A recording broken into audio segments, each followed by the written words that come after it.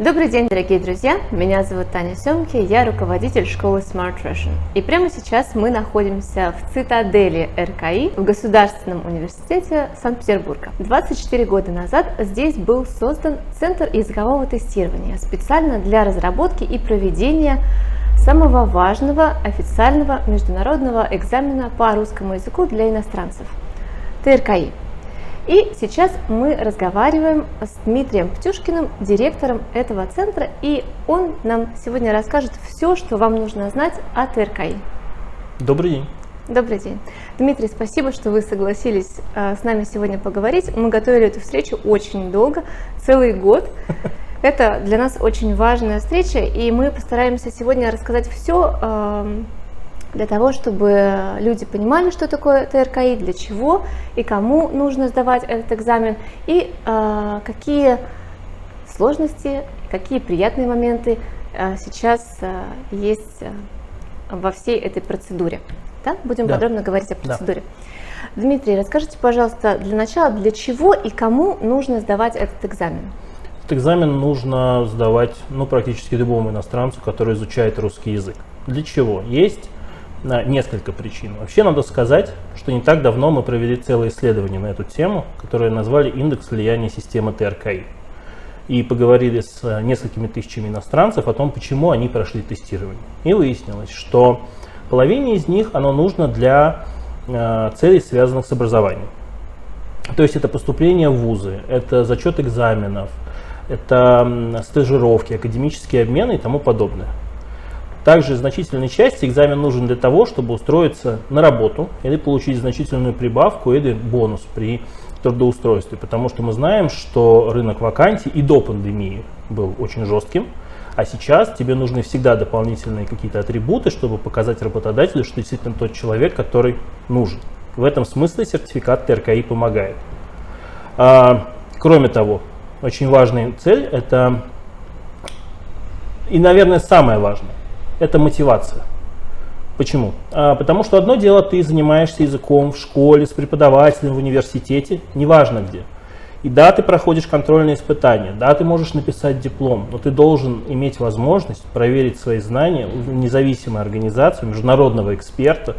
А в этом смысле Санкт-Петербургский университет – это признанный эксперт в сфере русского языка как иностранного, и получить сертификат для того, чтобы знать, что ты способен. И мы видим по количеству тестируемых в пандемию, что количество людей, которые обращаются к нам именно с этой целью, оно выросло, и выросло существенно. Люди говорят о том, что они действительно сдают для себя. И самое важное, что одним из пунктов этого вопроса, который мы сделали, был вопрос о том, насколько вы удовлетворены тем результатом, который вы получили после получения сертификата.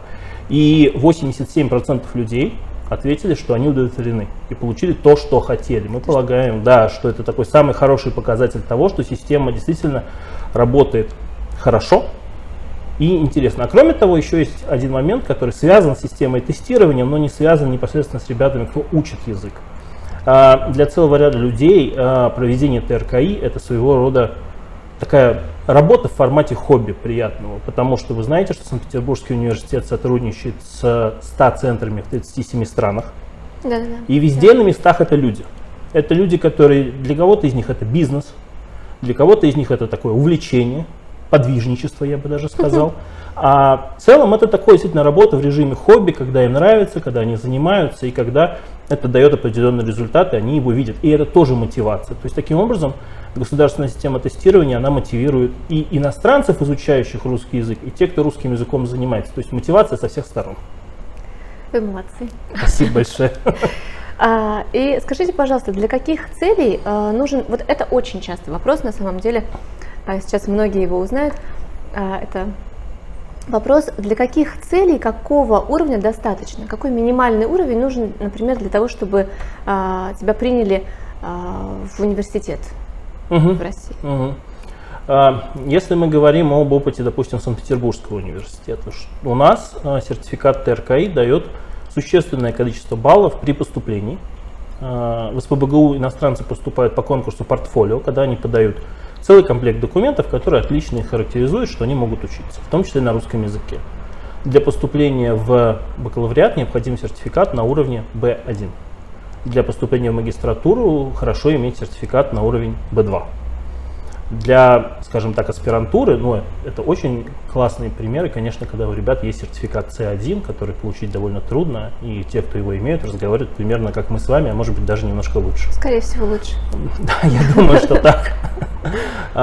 Также, допустим, в разных странах, ну, разные есть требования. Допустим, чтобы устроиться в одну из комиссий ООН, связанных с работой со странами бывшего Советского Союза, нужно иметь сертификат, предоставить работодателю на уровне C1. В Греции для того, чтобы устроиться в хорошую сеть отелей и работать с российскими туристами, может быть полезен даже сертификат А1, да, так называемый уровень выживания, который дает минимальный набор навыков и возможность общаться с нашими соотечественниками. Для работы в банковской сфере в Швейцарии в зависимости от должности нужен сертификат от уровня B1 до уровня B2, ну если выше, то это очень хорошо. В Южной Корее признаются сертификаты РКИ, тоже начиная с уровня А1 для самых разных целей. Да? Поэтому мы можем говорить, что практически применимы все уровни, но основные, наиболее востребованные, это уровни B1 и B2. Кроме того, есть еще одна категория, которая, скажем так, уровень А2, базовый уровень так называемый. Его в основном используют те, кто хотят вступить в гражданство Российской Федерации. И это в основном сертификаты, которые получают выходцы из бывшего Советского Союза. Это и Украина, и Узбекистан, и Казахстан, и другие. Поэтому вот такой вот уровень А2, уровень совершенно особенный. Но в целом можно сказать, что любой уровень так или иначе будет применим. Как можно определить уровень? На вашем сайте это возможно? Есть несколько способов, как определить уровень. Во-первых, у нас есть лексико-грамматический тест, который мы даем для прохождения тем ребятам, которые приезжают учиться в университет на дополнительные образовательные программы, чтобы определить их в группы. Это одно. Другое. На сайте Центра языкового тестирования выложены тренировочные тесты. Причем это не только типовые тесты, которые были изданы издательством «Златоуст», но и те варианты, которые мы постепенно открываем, чтобы люди могли ими пользоваться. Это абсолютно бесплатно. Кроме того, у нас вышли 3 книги тренировочных тестов, которые вышли в прошлом году в издательстве «Златоуст», которые находятся там и на Литресе, и на других ресурсах, по которым вы тоже можете проверить, примерно понять свой уровень, но это уже история платная, скажем. Да? И сейчас мы разработали такой плейсмент-тест своеобразный по аналогии с кембриджским экзаменом, где человек, пройдя определенное количество частей, сможет примерно понять, что называется, где он, на каком он этапе и что мы рекомендуем ему, как ему продолжать обучение с точки зрения не уровня а уровня для того, на каком уровне тебе стоит учиться. Вот, эта инициатива у нас сейчас, мы ее закончили, она будет размещена в ближайшее время на одном из наших ресурсов, мы разместим о ней новость. Может быть, и вы нам в этом поможете. Да, и, соответственно, ребята смогут получить больше возможностей для проверки. Это прекрасная новость, потому что это именно то, что нужно. Следующий вопрос. Сертификат. Нужно ли его подтверждать с течением времени? Или это пожизненный документ? Сертификат А1 5 лет срок действия, все остальные сертификаты бессрочные. Надо сказать, что в мире практика срока действия сертификата очень разная. Вы знаете, я думаю, что кембриджский экзамен бессрочный. IELTS 2 года. 2 года. Да, и есть мнение как за бессрочный сертификат, так и за, скажем так, со сроком действия. И мы даже знаем, что некоторые компании, скажем, у тебя есть Кембридж B2, ты получил его 7 лет назад, велика вероятность, что тебя отправят пересдавать, потому что языковая компетенция, да, она же все-таки изменяется. Но по нашей практике пока таких обращений к нам не было, во всяком случае за последние 5 лет, о чем я могу судить, и люди получают сертификат и его используют таким образом. Нет, не требуется. То есть один раз подготовиться, да, один раз. И можно... Молодец, да. Да. Как проводится тестирование онлайн? Я знаю, что в пандемию вы проделали огромную работу, своевременную, которую, наверное, многие давно ждали, и настал тот момент, когда необходимо было реализовать это. Сейчас вы проводите тестирование онлайн. В том числе. В том числе. Осталась традиционная форма и онлайн. Как это происходит? Расскажите, пожалуйста. Знаете, хочу сказать, что пандемия, при всем при том, что произошло с человечеством, она подарила нам определенные возможности. Наверное, если бы ее не было, мы бы подходили к онлайн-экзамену еще 5 лет, думали, как бы это сделать, да, но после того, как мы вернемся из очередного турне куда-нибудь в экваториальную Гвинею или в Бразилию, ну не знаю, поехали, все уехали, заниматься этим некому. Эта система появилась, когда стала реальная необходимость, и когда мы поняли, что иной формы работы для нас больше не остается. То есть надо либо поднять руки и сказать, все закончилось, все, подождем пару лет, когда все будет хорошо, но мы решили пойти другим путем и создали совместно с коллегами из Санкт-Петербургского университета, с другими подразделениями, с Центром электронных образовательных ресурсов была создана платформа, на которой проводится тестирование. Это все те же 5 субтестов, 4 из которых проходят непосредственно на платформе, 3 тестовые задания, которые классически проводятся. Субтест письмо – это тест, часть, которую ты пишешь на бумаге, каким-то образом фотографируешь, сканируешь и загружаешь на платформу. И субтест говорения мы проводим в одном из социальных мессенджеров, да, или там Zoom, Teams, что работает, да, например, в Китае WeChat, потому что там он работает, там есть видео, да, скажем. Вот, при всем при этом, конечно, делать нужно было очень быстро, и я не могу сказать, что прямо, если бы я сказал вам, что наша платформа идеально работает и все очень классно, я бы соврал. Но мы стараемся и каждый день ее улучшаем. Вот мы год недавно анализировали, сколько было сделано, это действительно большая работа. Как проходит тест с точки зрения, я думаю, самый интересный вопрос, как проходит тест с точки зрения безопасности и как проходит тест с точки зрения того, можно ли схитрить. Да? Да, я думаю, что это всем интересно. Да. Есть несколько уровней, скажем так, защиты теста. Первое. Во-первых, когда человек садится за компьютер, у него обязательно должен быть включена видеокамера и микрофон, чтобы мы слышали и видели, что происходит. Без этого невозможно запустить тест вообще. Что происходит в соседней комнате? Практически. Но про соседнюю комнату есть интересная история, сейчас расскажу. Вот. Дальше у нас есть несколько, как я сказал, уровней защиты. То есть первое, сидит человек, который реально смотрит за этой тестовой группой, что делает каждый человек. Не сидит ли он с книжкой, не жульничает ли он, не звонит ли он друзьям, и не говорит, приятель, помоги мне, да? Таким образом, первый уровень. Второй уровень заключается в том, что все это записывается.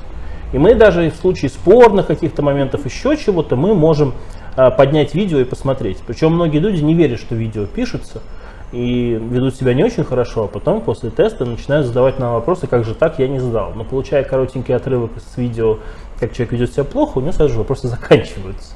Вот. Дальше в системе есть специальный, я бы назвал, скажем так, текстовый редактор, да, который фиксирует отклонения всевозможные. То есть в программу погружен алгоритм, который позволяет отслеживать, в нормальном ли положении тела находится человек, не бегают ли у него глаза, не происходит ли с ним что-то, да, и мы можем получать всегда отчет, где 1.01 начал тест, 1.02 встал и ушел. Какие-то еще вещи. Смотрит долго в сторону, смотрит на потолок. Соответственно, все это плюс запись видео, запись аудио. И кроме того, система фиксирует, какие программы открыты у человека на компьютере в момент проведения теста. И, соответственно, если у него открыт Zoom, там еще что-то, или у него подключен наушник, который работает, мы об этом узнаем. И в рамках того же самого отчета эта информация будет у нас находиться. И таким образом мы будем знать, что человек как бы сидел один, но не один. Потому что у нас был один случай, когда 3 преподавателя подсказывали. Была конференция специально создана, и 3 преподавателя из университета, и самое главное, что мы этот университет знали, и мы туда позвонили, и говорим, все говорят, нет, ничего не было, все в порядке. Но опять же мы отправили им этот видеоматериал, да, который у нас хранится, и людям было немножко неудобно, но что делать? Потому что сертификаты людям нужны, это такая практичная достаточно вещь, применимая, и, соответственно, к сожалению, ловчить — это, скажем так, повседневной практике людей, да, очень часто, но тем более в таком важном вопросе. Поэтому мы в этом смысле можем быть уверены в том, что результаты, которые мы выдаем, это надежные результаты. И самое главное, что почему еще мы судим, потому что мы сравнивали статистику между показателями прошлых лет до пандемии, да, и показателями на онлайн-платформе. И у нас нет разброса, когда, скажем так, раньше люди сдавали говорение на 66%, да, а благодаря онлайн-платформе все сдали на 88%. Хотя мы понимаем, что качество образования, качество обучения, да, в пандемии, оно все-таки изменилось. То есть мы можем говорить о том, что эта статистика, она достаточно надежная и она существует. Но и благодаря онлайн-тестированию у нас появились возможности работать там, где нас раньше не было. То есть у нас появились люди из Камеруна, из Канады, из Пуэрто-Рико, из Австралии, Новой Зеландии недавно появилось. Есть какие-то места, от которых я, честно говоря, на карте даже не знал, где они находятся, где-то между Австралией и Японией, да, какие-то небольшие острова. И люди тоже обращаются оттуда, говорят, вот мы занимаемся русским языком. И это приятно и интересно, потому что, во-первых, очень много русских людей везде, да, по всему свету, очень много любят русский язык. Вот. Да, это очень приятно, когда начинает разговор о географии русского языка как иностранного, где только не изучается русский язык. Да. Это всегда удивляет. И тогда у меня следующий вопрос о том, как много, сколько в среднем вы выдаете сертификатов, ну, скажем, в месяц? Я сказал бы, что это где-то 2000 штук. 2000 штук. В месяц? Да. По всему миру? Да, по году. Скажем, но это среднее, потому что у деятельности есть сезонность. Скажем так, есть два периода. Это апрель, май, июнь и ноябрь, декабрь. Вот это самые такие плотные рабочие месяцы.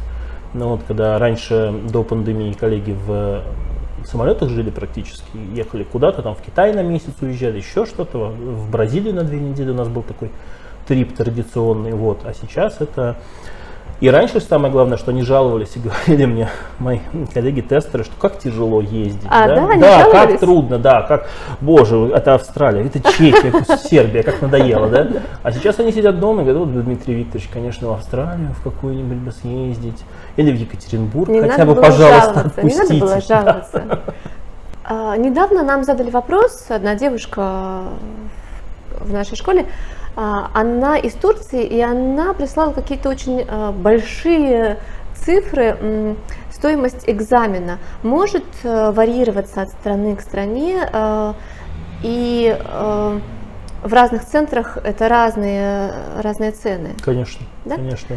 Да, это, с чем это связано? Да, у нас нет единого подхода к ценообразованию. В каком смысле? Мы понимаем, что уровень жизни в странах разный. И мы не можем одну и ту же услугу продавать по одинаковой стоимости в стране, где средняя зарплата там, не знаю, 10 тысяч долларов и где 1000 долларов. Ну, это смешно, да? Соответственно, мы разделяем, да, стоимость. Где-то это стоит там 75 долларов, а где-то это стоит 150, там, где, если к этому есть возможность. Кроме того, мы никогда не приходим на какой-то рынок и не анализируем его с точки зрения других языковых сертификатов.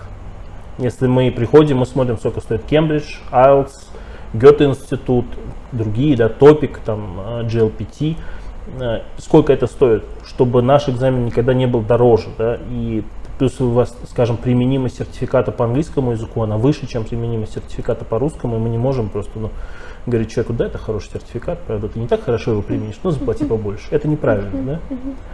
А с другой стороны, в период пандемии, да, действительно стал такой вопрос, что люди, фактически находясь в разных странах, могут обратиться там напрямую или в другие центры, да, и из-за этого сложилась такая ситуация, что иногда вот возникают вопросы, подобные вашему. Что хочу сказать по этому поводу? Во-первых, я не могу согласиться с тем, что цена существенно отличается. Это небольшая разница, да, скажем, если мы делаем экзамены там за, условно, 100 долларов здесь и, скажем, не знаю, 100, 120, 130, 140 долларов там, я не думаю, что это критическая разница. Одно. Другое, надо все-таки понимать, что онлайн-тестирование и очный тест – это вещи разные. Почему? Онлайн-тестирование – это такая мера, которая, скажем, решает твою потребность здесь и сейчас, да, в период, когда другого выхода у тебя нет. Так было в прошлом году. Но сейчас, когда уже многие там и центры открываются, и мы уже чаще проводим очные тесты, да, мы видим, что и люди собираются. И самое главное, что вот этот дух коллективизма, да, которого, может быть, мы раньше не очень ценили, когда можно собраться, поговорить, а как ты, а как что, а как ты учишь. Потрогать. Да, что вот, да, стол, как классно. Это не дома. Ощутить. Да, не дома. Вот. Это хорошая возможность. И поэтому людям, плюс мы знаем, что, да, так как система использования сертификатов понятна, и сроки людям понятны, они, скажем, всегда знают, что условно там в Гранадском университете экзамен проходит в июне, и человеку вот сертификат где-то нужен будет, скажем, там в конце июня, начале июля. Он спокойно идет на очную сессию, записывается, сдает. Но бывают такие случаи, когда что-то надо срочно, да, очень оперативно. И в этом смысле онлайн-тестирование выступает такой панацеей, да, когда можно решить. Плюс, как я уже сказал, благодаря тому, что география расширилась, мы онлайн-тестирование полагаем как инструмент, когда мы можем прийти в какие-то места, где раньше мы не могли появиться, потому что, ну, там, я не знаю, в Зимбабве, да, вот мы недавно начали работать. Ну, вы представляете, много ли я могу там людей на тестирование, да, собрать? Ну, это небольшое количество, но вместе с тем люди же хотят, и у них же должна быть такая возможность, да. Соответственно, онлайн-тест помогает нам прийти туда и поработать в этом месте, но онлайн никогда не вытеснит офлайн-тестирование.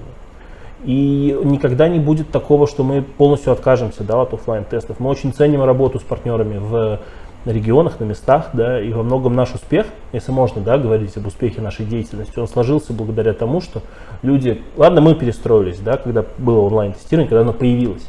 Представьте, мы коллектив, да, мы группа единомышленников, мы, скажем, такой вот пиратский корабль мира русского языка как иностранного.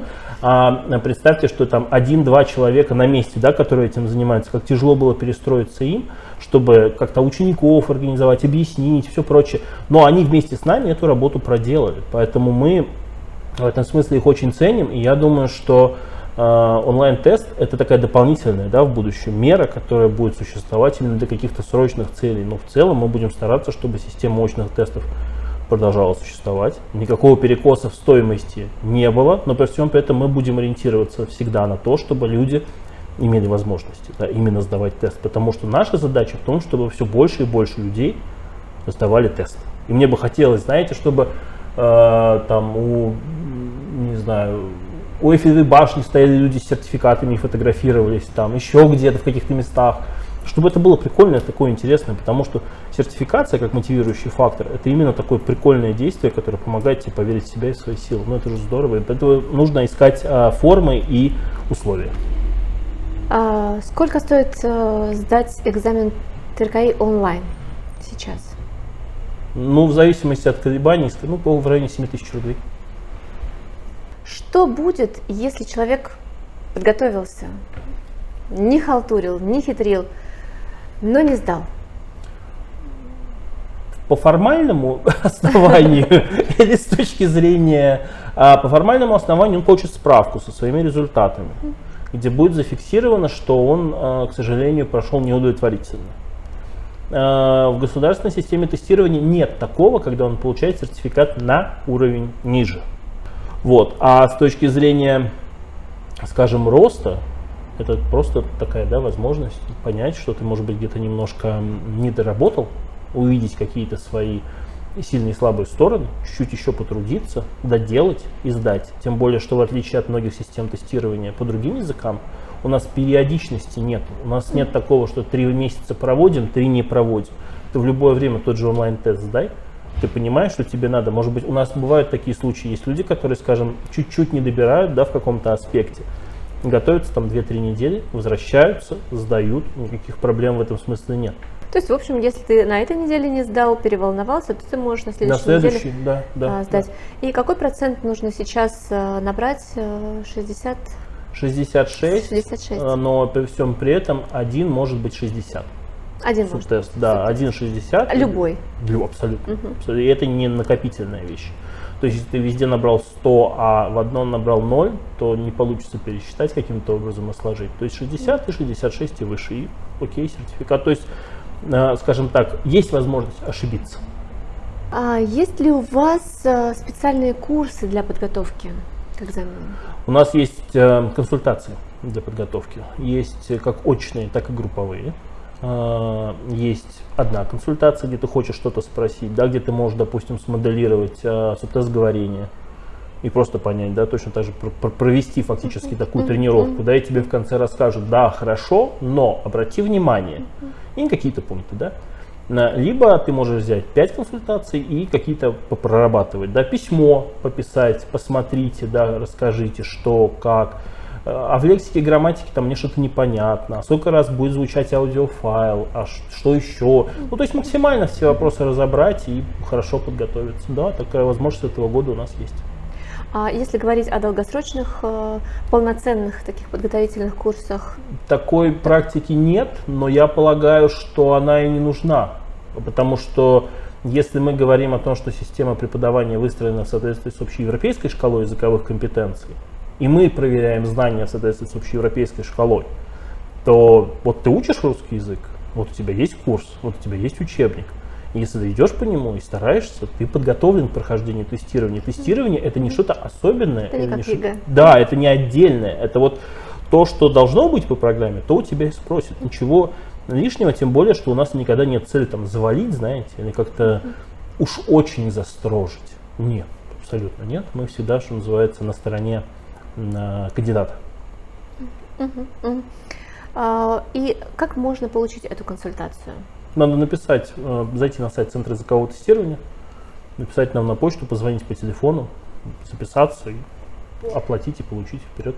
То есть это можно сделать, скажем, за 2 дня, да? Если Конечно, завтра можно. Если вы очень хотите 29 декабря, 30 поговорить, то даже тогда мы предоставим такую возможность. Если вот вам очень нужно в праздничный день, мы и в праздничный день готовы.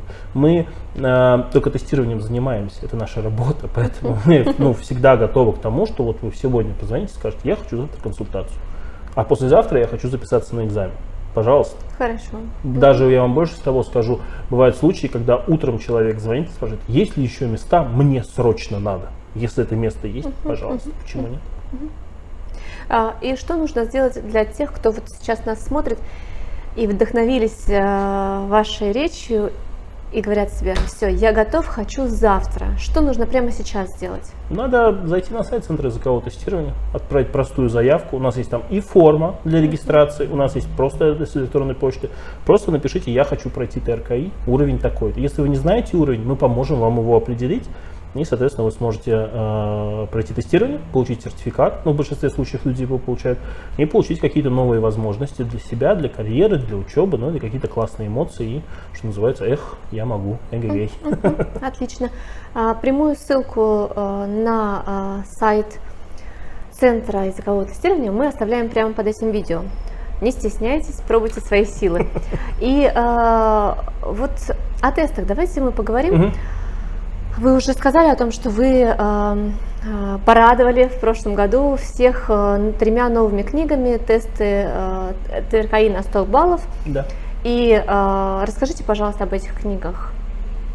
Книги, мне очень приятно об этом говорить. И я рад, что вы спросили, потому что для нас это, знаете, вот я где-то говорил, по-моему, на презентации, что для нас это как будто мы альбом, знаете, выпустили хип-хопа. Вырвались, так сказать, с низов и сделали вот такой проект. Чем книги хороши? Это первый в России такой релиз, когда мы говорим о тестах, которые не написаны специально для издания. Это тесты, которые работали несколько лет в разных уголках света. То есть это тесты максимально проверенные, достоверные и надежные. Это уникальный материал. Это материал, который вышел впервые за долгое время. А кроме того, мы постарались сделать книжку. Мы в центре проводим множество языковых экзаменов по самым разным языкам. И мы работаем в том числе с большим количеством подготовительных материалов. Видим, как издаются там книги по болгарскому, и по шведскому, и по ивриту, и почему угодно, и можем судить. И мы постарались книжку сделать такой, чтобы ее в руках было держать приятно. И чтобы иностранец, когда там берет ее в руки или листает ее там в электронном виде, ему было это приятно, интересно, и он видел, что действительно хорошо. И это не какая-то такая Россия, которая последний раз фотографировалась в 1994 году, знаете, да? А это что-то действительно современное, прикольное и интересное. И год назад вышли 3 книги. Я думаю, что в этом году еще 2 выйдут. Во всяком случае, C1 мы недавно отдали в издательство. Посмотрим, как скоро она выйдет. Я думаю, что это книги, которые... 3 книги уже показали себя хорошо, и продажи достаточно в пандемию хорошие. Это более 6000 книг. Я думаю, что и дальше к ним будет хороший интерес. И я думаю, что и дальше мы сможем эти книги не переиздавать в том смысле, что мы сделали и 28 тиражей, мы уже подготовили новый B1, мы уже подготовили новый B2, мы уже и A1 сделали. То есть и мы, что называется, ждем, чтобы рынок немножко расширился, развивался, и, что называется, книги благополучно попадали к тем, кому должны, к иностранцам, которые изучают русский язык, и их преподавателям. В этих книгах есть какие-то современные элементы, которые оптимизируют процесс подготовки, насколько я знаю, да, конечно. Электронные, возможность сканировать, по-моему,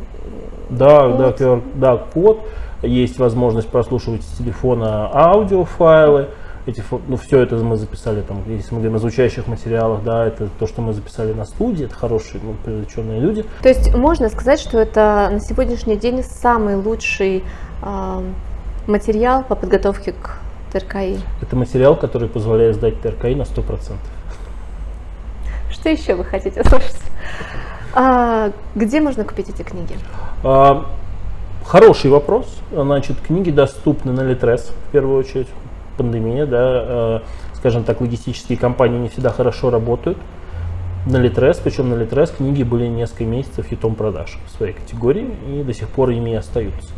Кроме того, есть на всевозможных платформах типа Озон, Wildberries, да, это полезно еще и в том смысле, что Wildberries работает в целом ряде зарубежных, да, государств. Эти книги есть там, ну, в крупных книжных магазинах, ну, в Москве, в Санкт-Петербурге, там по России точно. Мне трудно, да, сказать, да, и дать весь список тех магазинов, где эти книги есть. Я думаю, что можно обратиться в издательство «Златоуст», и они в этом смысле подскажут.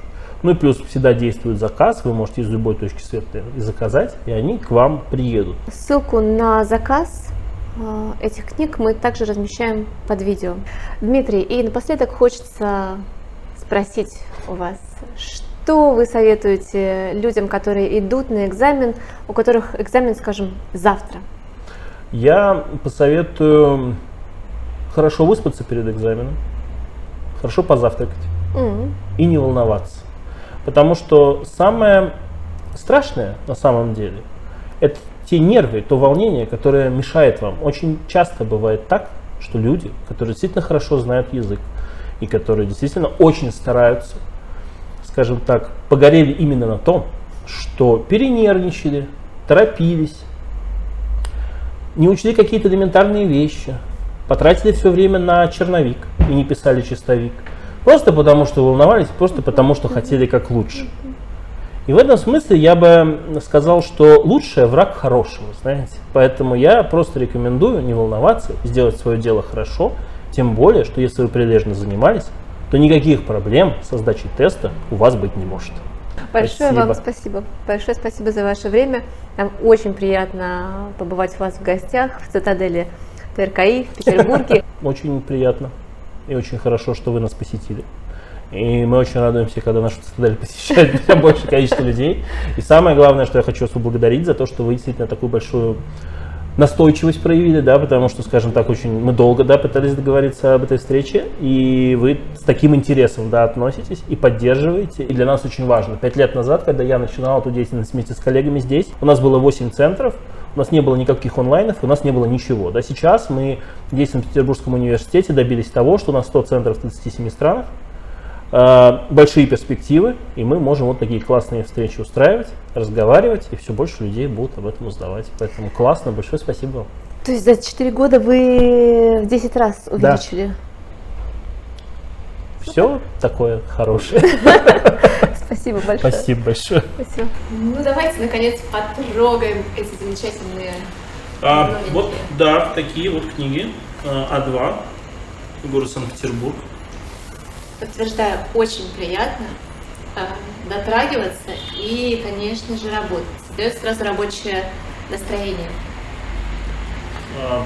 Ну, это, скажем, первенец, да, поэтому это самая большая любовь из этих 3 книг, именно потому что это такая самая большая работа над ней была. Кроме того, это уровень B1, самый популярный. Вообще, в целом, самый популярный уровень, который сдают, это уровень B1 и уровень B2.